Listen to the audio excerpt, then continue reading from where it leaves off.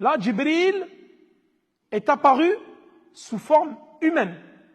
La preuve, c'est que personne ne le connaissait, qu'il n'avait aucune trace de voyage sur lui, qu'il était vêtu d'un blanc éclatant, les cheveux non ébouriffés, et comme vous savez, à l'époque du prophète sallam, les gens qui étaient dans le désert, lorsqu'ils voyageaient, ils voyageaient sur le dos d'une monture, à dos de chameau ou cheval, et les traces de voyage se voyaient facilement sur eux.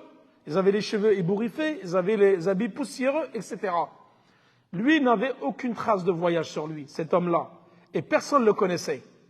Car c'était Jibril, alayhi salam, qui est venu sous forme humaine.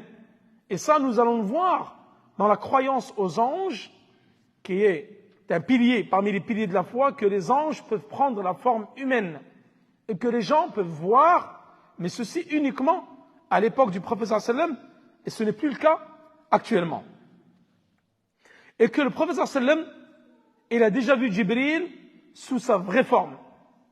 Et il avait 600 ailes qui couvraient tout l'horizon.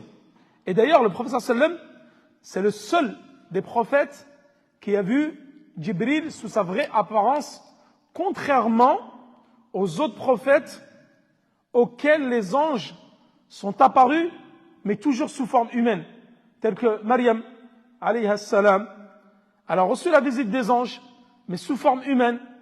Ibrahim, alayhi salam, lorsque les anges sont venus à lui et leur ont égorgé un veau, et ils n'ont pas voulu manger, et il a eu peur. Après, il a su que c'était des anges. Donc, c'était sous forme humaine. Et d'autres prophètes avant eux et après eux.